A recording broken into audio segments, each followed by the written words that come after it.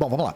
Gente, todas as vezes que eu falo de questão indígena aqui no canal, as visualizações despencam. De verdade. E eu não sei exatamente a razão. Quando eu publico sobre questão indígena no YouTube, por exemplo, os vídeos sempre performam abaixo da média. Abaixo da média até de coisas que são bem bobajadas, tipo eu lendo coisa da revista Exame falando coisa em inglês. Pode ser uma série de fatores. Pode ser porque o algoritmo não favorece? Pode.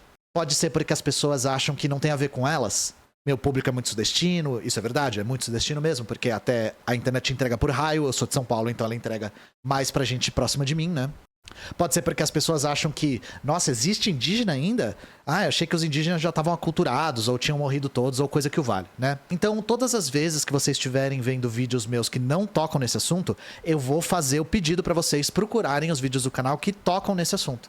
E no caso dos Yanomami, eu tenho um vídeo que eu estudei para tentar demonstrar um pouquinho de como os Yanomami falam de si próprios. Pra gente não falar só de questão indígena a partir da perspectiva de eles morreram ou estão morrendo. Eu acho isso muito perigoso. Falar de um povo só através da sua perspectiva de calamidade. E muita gente diz isso, eu não recebo indicação de vídeo sobre indígena. Muita gente fala isso. Mas até aí, o canal nunca indica tudo pra todo mundo, né? Então a gente não sabe. Eu vou de novo, toda vez que eu puder falar desse vídeo eu vou falar. Não porque eu sou um grande estudioso da questão indígena, mas porque naquele vídeo eu tento indicar caminhos para vocês estudarem mais a respeito. E aqui a gente tá, de novo, falando da terra indígena Yanomami, maior terra indígena do Brasil. Questão Yanomami foi um caso muito grave durante o governo Bolsonaro, que a gente pode sim denominar como um genocídio, e aí no sentido estrito da palavra genocídio mesmo, tá? E que durante o governo Lula, agora nós não estamos vendo a solução adequada. Não estamos vendo a solução adequada. E eu acho muito irônico quando dizem, eu não vejo você falando mal do Lula. Novamente, eu sempre respondo da mesma maneira. Quem fala isso é novo no canal. Quem fala isso é novo no canal. Então eu vou começar aqui falando o seguinte. O governo Lula não respondeu à crise na terra indígena Yanomami da maneira adequada. Mas a resposta inadequada do governo Lula foi diametralmente diferente da resposta inadequada do governo Bolsonaro. As duas foram inadequadas, mas elas foram inadequadas por motivos opostos. Vocês vão entender o que eu tô falando. Então vamos lá. Brasil de Fato, Cristiane Sampaio. Garimpo desacelera, mas cresce 7% na terra indígena Yanomami em 2023. Apontam organizações. Entidades cobram plano de proteção territorial ao governo. Beleza? Então, na semana passada, as lideranças da terra indígena Yanomami em Roraima, caso vocês não saibam, terra indígena Yanomami fica em Roraima. No meu vídeo sobre a questão indígena, que eu falo a respeito da cosmogonia Yanomami, eu falo sobre a ocupação do território com um aporte histórico mais profundo. Então, recomendo o vídeo para vocês entenderem tudo que eu vou falar aqui. Isso foi na toada das citações daquele livro A Farsa Yanomami, que é um livro de teoria da conspiração militar. Enfim, as lideranças da terra indígena Yanomami estão denunciando a situação porque completou um ano do decreto presidencial de calamidade pública na região, que foi o que indicou pra gente uma possível solução. O governo decretou calamidade pública. E é aí que a gente começa. Existe uma diferença entre incentivar o que estava acontecendo na terra indígena Yanomami e não conseguir resolver o que estava acontecendo. O governo Bolsonaro incentivou as causas do genocídio Yanomami. Incentivou, facilitou. O governo Lula não está dando a resposta adequada. Não está conseguindo resolver. Os dois estão errados, mas por motivos diferentes. Beleza? Eu quero começar falando isso. Porque é muito diferente você incentivar e você não conseguir resolver o problema. São coisas diferentes. Tanto que o garimpo continuou crescendo, mas desacelerou. Durante o governo Bolsonaro, ele cresceu de maneira exponencial. Porque ele era incentivado. E aí vocês vão entender o que conecta as duas coisas. Então, esses dados aqui são de acordo com a Rutucara Associação Yanomami. Se você quer entender o que significa a palavra Rutucara, assista o meu vídeo que eu já indiquei, beleza? Nós temos 384 comunidades nessa região. O crescimento do garimpo tem uma série de problemas. Primeiro, espalha doença infecto-contagiosa. Segundo, contamina os rios com mercúrio. E, terceiro, a violência armada dos garimpeiros contra os indígenas. A respeito da contaminação com mercúrio, isso é muito grave, porque os indígenas vivem da pesca, muitas vezes. Então a contaminação desse rio, a contaminação dos rios, faz com que eles percam a fonte de alimentação deles. Entendem qual que é o problema? A destruição do ecossistema destrói o estilo de vida dessas pessoas. Outro problema, a presença do garimpo faz com que a assistência médica fique muito prejudicada, porque os médicos literalmente têm medo de entrar lá por medo de serem atacados pelos garimpeiros. Entendem? Então o alastramento de doenças infectocontagiosas fica mais perigoso. Vamos trazer alguns dados. Durante o governo Lula, tá? Primeiro ano do governo Lula. 308 mortes na terra indígena Yanomami. 129 foram por doenças infectocontagiosas. 63 por doenças de ordem parasitária e 66 por doenças respiratórias. Além disso, 7 assassinatos nós tivemos na região. A gente está tendo um problema também de falta de cobertura vacinal com crianças até 1 ano e entre 1 e 4 anos. Beleza? Foram feitos investimentos nessa época? Sim. Mas os investimentos não foram o suficiente. E a raiz do problema continua lá. Beleza? Se continua tendo garimpo, continua tendo os mesmos problemas. E esse garimpo começa durante a ditadura militar. A Rutucara fez 15 denúncias já. Só entre agosto e dezembro foram essas 15 denúncias. E eles estavam falando o quê? Notificando a retomada do garimpo. Porque teve uma onda de retirada do garimpo no começo, depois o garimpo começou a retornar. E agora o garimpo retornou com muito mais tecnologia. Então eles conseguem se comunicar com muito mais velocidade entre si e conseguir fugir das ações policiais militares que estão rolando na região. O que acontece? A direita está falando tudo que a gente falava do governo Bolsonaro a respeito da Sônia Guajajara. Então falando que a Sônia Guajajara é uma genocida, que ela não se importa com os povos indígenas, que ela é incompetente, que ela só estava falando de proteger os povos indígenas para eleger o Lula, etc, etc, etc. Gente, novamente, a resposta do governo foi ineficiente, insuficiente? Foi. Mas não é tudo culpa da Sônia Guajajara, tampouco do Lula. Vamos falar um pouco da raiz desse problema. Então vou colocar a fonte aqui na tela. Eu tenho evitado ultimamente, gente, ler as notícias, porque eu sei que é chato. Eu leio, resumo, na verdade a Duda, né? Ela lê e resume, e aí a gente apresenta pra vocês na forma de roteiro, beleza? Isso faz com que fique menos maçante. Eu tô tentando trazer esse formato mais pra vocês. Vamos lá, Rubens Valente aqui na Pública. A sabotagem das Forças Armadas, a Operação Yanomami em 5 momentos. Vamos lá. Se vocês forem ver o meu vídeo, vocês vão ver que as Forças Armadas estão envolvidas... As Forças Armadas estão envolvidas com o que está acontecendo na terra indígena Yanomami desde a época da ditadura militar, tá bom? O que nós vemos agora, desde o governo Bolsonaro, pelo menos, é uma continuidade, um agravamento do projeto político das Forças Armadas para a terra indígena Yanomami. É uma continuidade quase que, assim, da época da ditadura para cá não mudou nada do projeto, que é um projeto de ocupação e exploração dessas terras. E, inclusive, muito calcado numa teoria da conspiração de que os indígenas estão sendo cooptados por forças estrangeiras e estão prestes a fundar uma nação que vai separar a terra indígena do Brasil. É uma teoria da conspiração completamente bizarra, que parte de uma espécie de paranoia misturada com uma desculpa para ocupar a região. Ah, os indígenas estão sendo incapazes de proteger a pátria porque eles não se veem como brasileiros, logo é nossa obrigação ocupar aquela região, certo? E se vocês veem os militares falando sobre isso, eles sabem falar isso, mas eles não sabem justificar o porquê. Eles sequer entendem o que forma um Estado-nação, eles não entendem o que é um Estado-nação. Isso tem uma entrevista, acho que com o general Heleno, falando que nação é quando tem bandeira e hino. Gente, pelo amor de Deus, né? Nação não é quando tem bandeira e hino, pelo amor de Deus. Mas enfim, novamente, eles aprendem no currículo militar essa tese maluca e saem propagando isso pra todo mundo. Inclusive as Forças Armadas praticam isso, certo? E aí, vamos lá. Estão culpando a Sônia Guajajara de fazer com que o Ministério não tenha tido a ação suficiente. Primeira coisa, para conseguir tirar o garimpo do lugar, precisa de estrutura. Que tipo de estrutura? Avião, helicóptero, equipe treinada. Quem que tem esse tipo de coisa? As Forças Armadas. O Ministério tem isso disponível? O Ministério dos Povos Indígenas tem avião, helicóptero, exército, força treinada? Não, quem tem isso é o exército. Qual que é a postura do nosso exército acerca da terra indígena Yanomami? Vocês acabaram de entender, né? Vocês estão entendendo a raiz do problema? Quem tem o equipamento necessário para fazer essa operação está se recusando a fazer. Qual que é o problema do governo Lula? Não peitar as Forças Armadas. Esse é o problema do governo Lula. E o governo Lula já vem demonstrando que nós veremos um mandato inteiro de passividade frente às Forças Armadas. Esse caso da terra indígena Yanomami é só um sintoma disso. Mas é um sintoma que está gerando morte nessa região. Que está gerando a continuidade de um processo genocida. Certo?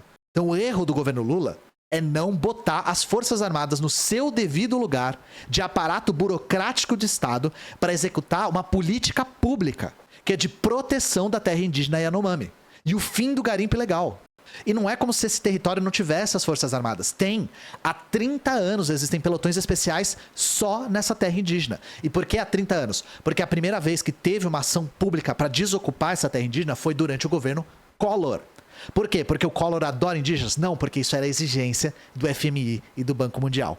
Não fosse exigência desses órgãos de capital financeiro internacional, a terra indígena Yanomami ia estar sendo continuamente ocupada, talvez até o primeiro governo Lula, quando a gente teve um pouco mais de avanço nessas políticas.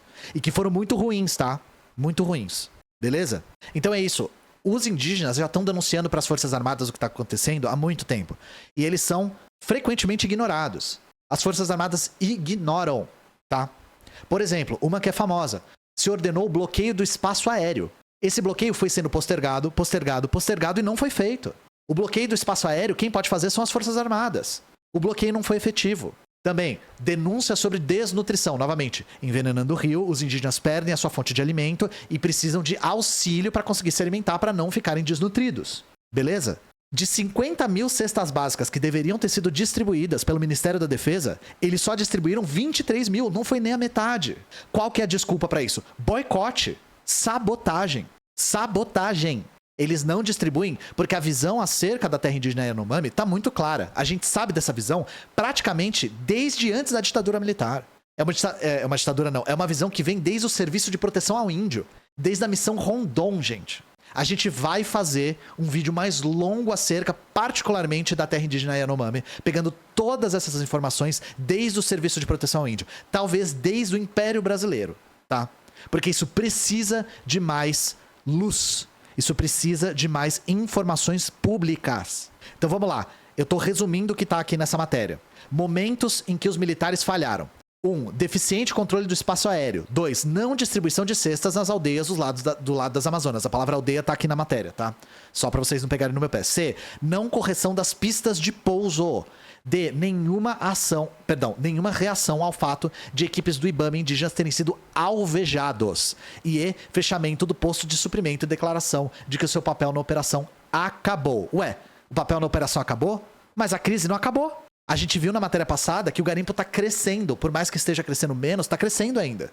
Então é isso, gente. Em resumo, a culpa é do governo Lula, em parte. Qual é a culpa do governo Lula? De não peitar as Forças Armadas. Assim como o governo Lula é culpado de não peitar as Forças Armadas em vários aspectos. Esse é só, talvez, o mais grave. É o mais grave porque dá continuidade a um genocídio que tá para além de denunciado já. Que já deveria ter sido superado há muito tempo. O governo Lula não é só muito passivo, ele é excessivamente passivo frente às Forças Armadas brasileiras. Lembrando que a sucessora do Lula foi a Dilma, que é uma pessoa que foi torturada pelos militares, tá? Esse é o nível de cinismo. Agora, existe uma diferença entre não conseguir resolver e incentivar o avanço? Existe, tá? Existe, porque o que o Bolsonaro fez na terra indígena Yanomami é uma atrocidade, gente. É uma atrocidade. Mas 2 errados não fazem um certo. E a gente aqui não é adepto do não tá gostando do Lula, então você devia ter votado no Bolsonaro, né? Esse discurso não cabe aqui. Não cabe aqui. A FUNAI é contra o seu propósito? A FUNAI foi aparelhada durante o governo Bolsonaro. Se utilizava o aparato da FUNAI para fazer justamente o contrário do que ela devia fazer. Inclusive, o Bolsonaro foi muito conhecido por fazer isso, né? Outro aparato que foi aparelhado para fazer o contrário era o INCRA, que é um instituto, né? Responsável pela reforma agrária, que estava fazendo justamente o contrário. Sim, a FUNAI estava cheia de milico. Até a tampa. E sim, eu esqueci de falar isso. Lembrando que o nosso ministro da Defesa é basicamente um general à paisana, certo?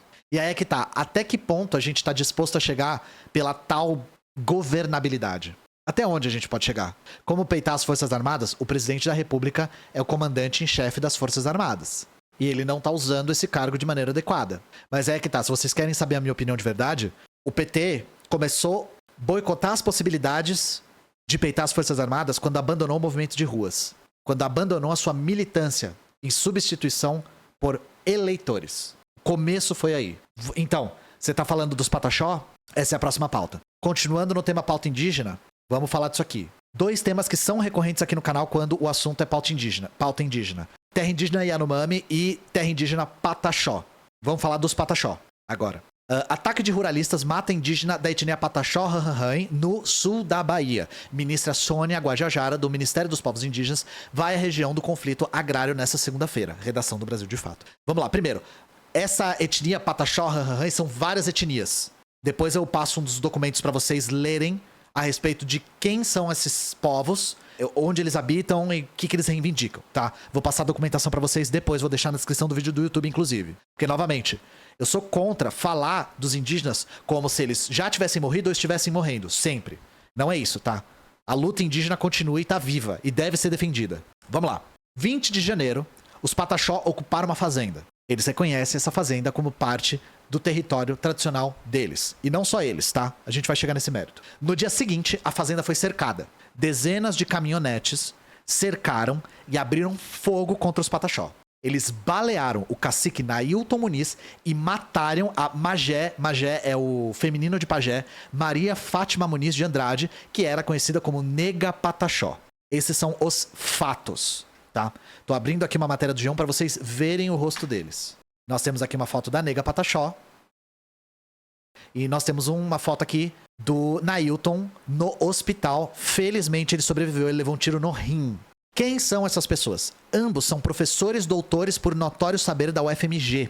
Eles receberam o título de professor e doutor pela UFMG. Eles eram responsáveis por difundir o conhecimento e tradição indígena nas universidades. Eram pessoas importantíssimas, eram professores. E a Nega Pataxó, particularmente, tinha uma atuação muito importante entre jovens e mulheres Pataxó. Entende?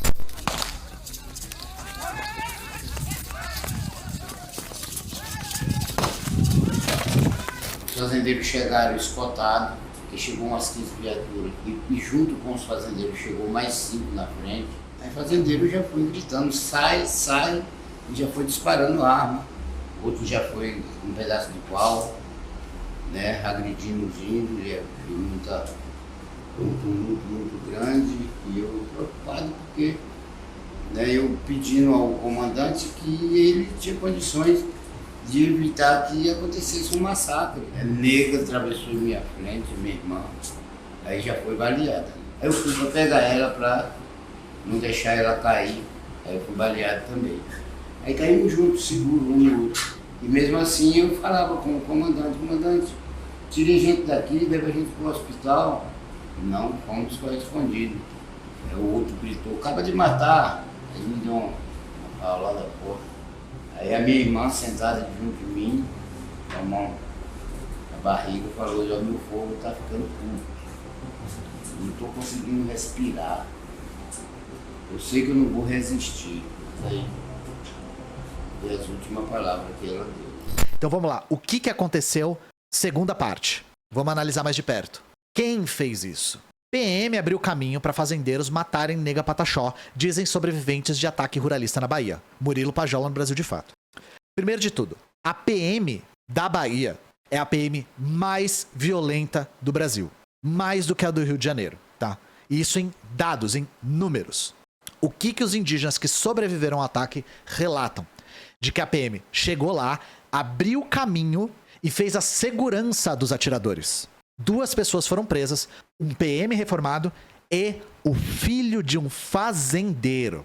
Os fazendeiros chegaram escotados, que chegou umas 15 viaturas, e junto com os fazendeiros chegou mais 5 na frente. A maior parte dos entregantes do Invasão Zero são milicianos, tinha polícia sem farda participando de tudo. Foi tão planejado que sábado a polícia esteve na área, espancou alguns índios, tomou todos os celulares dos índios que se encontravam lá. Então já premeditando que os índios não iam filmar essa ação do dia seguinte. Foi tudo, né, controlado junto, participado junto, fazendeiro e os milicianos e a polícia militar. Quando ela falava, Tainá, dói no meu coração porque eu não tenho mais minha mãe. E eu perguntava, mãe, dói desse jeito, e ela falava, dói, e hoje eu tô sentindo. É injusto você morrer na frente da polícia militar. A polícia militar é inimiga dos indígenas. Inimiga. Você corre isso, porque são indígenas. Não confie nesse povo. E aí é que tá.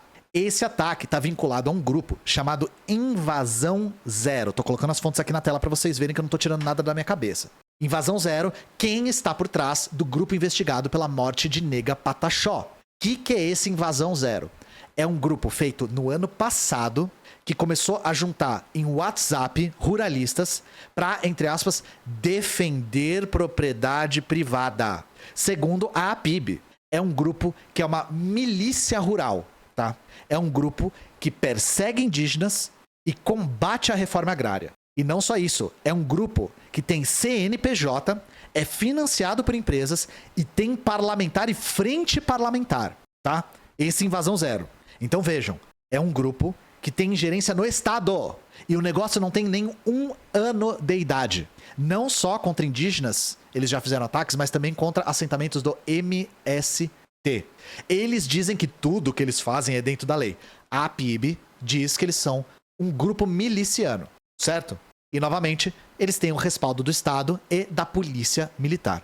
Eu quero que vocês aí que estão me assistindo façam um exercício. Procurem no Google Pataxó morte e me digam quantos resultados vocês acham.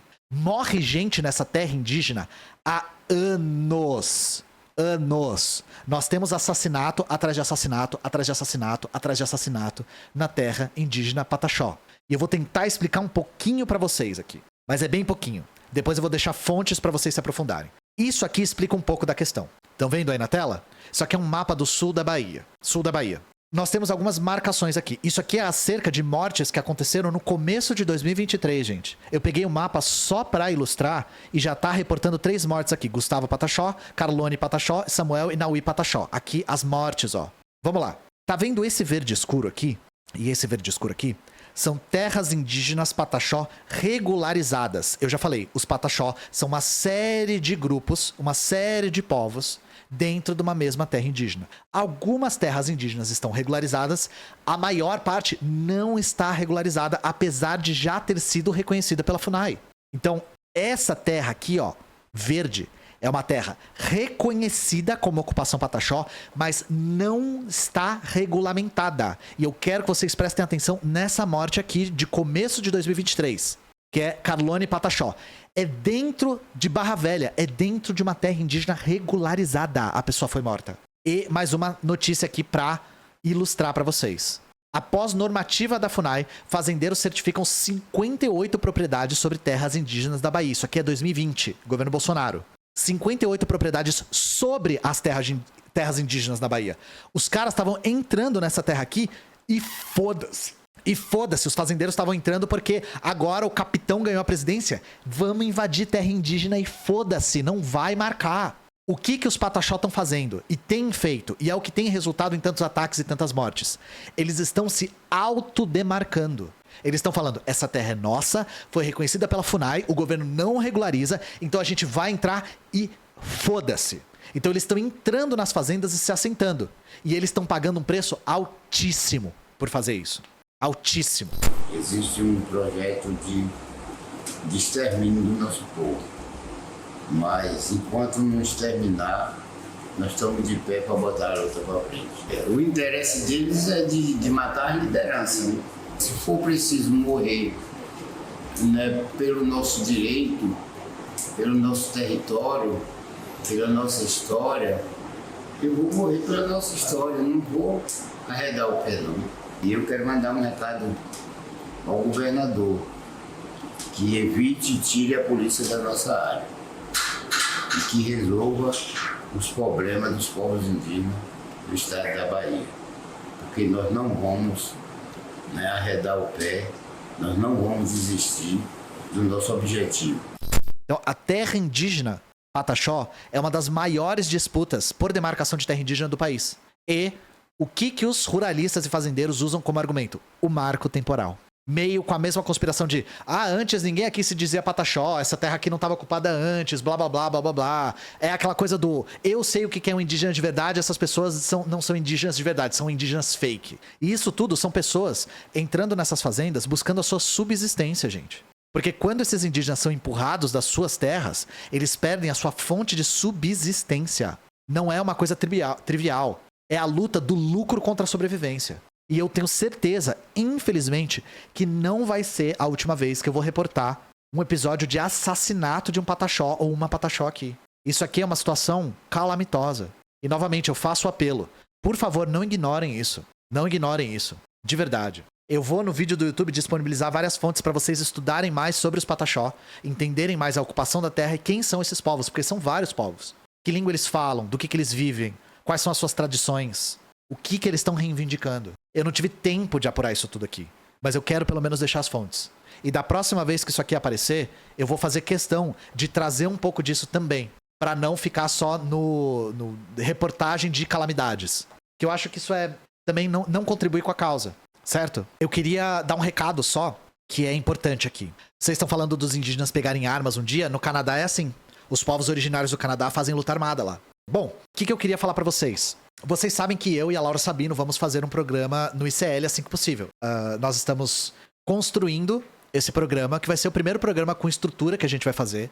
O que deixa eu e a Laura muito felizes, porque a gente trabalha da maneira que dá, né? Da maneira artesanal, aos pouquinhos, comprando equipamento e tal, falando com vocês. Tudo que a gente conseguiu foi por conta do apoio do público. E agora, pela primeira vez, a gente tá tendo uma estrutura. Junto com isso, a gente também tá participando de um programa de parcerias com o ICL. Então, caso vocês não saibam, o ICL é uma plataforma de não só jornalismo, mas também de cursos. E esses cursos são o que sustenta o Instituto. O Instituto se sustenta pelos cursos basicamente porque eles não aceitam publicidade. Se vocês assistirem vídeos do ICL no YouTube, não tem propaganda antes. Então agora a gente está nesse programa de parceria que eu tenho um link com o meu nome, e se vocês comprarem a plataforma de cursos, que eu genuinamente recomendo, tá? Eu recomendo 2 cursos em particular. O curso sobre a história do MST e o curso sobre a história do Malcolm X, tá? E virão mais cursos no futuro. Eu espero um dia ter a oportunidade de fazer um curso dentro do ICL, tá? Não vou dar mais detalhes, mas eu já até tenho um tema em mente, principalmente por conta de uma efeméride aí que tem esse ano. E eu queria divulgar aqui, vai estar divulgado daqui pra frente em todos os meus vídeos do YouTube, esse link do ICL, que caso vocês comprem pelo link eu ganho uma porcentagem. Então vocês já contribuem com a manutenção da Soberana e do meu canal, comprando nesse link. E novamente, a plataforma do ICL de cursos é uma plataforma que eu genuinamente recomendo. Eu nunca é a primeira vez que eu faço qualquer tipo de parceria que envolve dinheiro aqui, e eu nunca na minha vida divulgaria algo que eu não acredito. De verdade. Vai estar esse link no vídeo do YouTube. E se vocês fizerem a compra a partir desse link, eu ganho uma porcentagem, beleza? E espero, novamente, um dia poder participar da plataforma de cursos do ICL, porque, novamente, eles fornecem uma estrutura que eu nunca nem sonhei em ter. E eu adoraria ter essa plataforma para conseguir me comunicar com mais gente, principalmente gente que eu não atinjo normalmente. Então fica aí o convite. E não se esqueçam, né? A nossa loja tem esses quadros belíssimos que estão aqui. Teremos novos quadros. Teremos quadros em A3. Pessoas perguntaram, eu queria um quadro maior e tal. Vamos ter quadro em A3. Já confirmamos isso ontem. E nós temos aqui, a etiqueta não está inclusa, mas o boné sim. O boné gay. Sejam gays. É uma ordem. E é isso, gente. Um beijo no coração de vocês.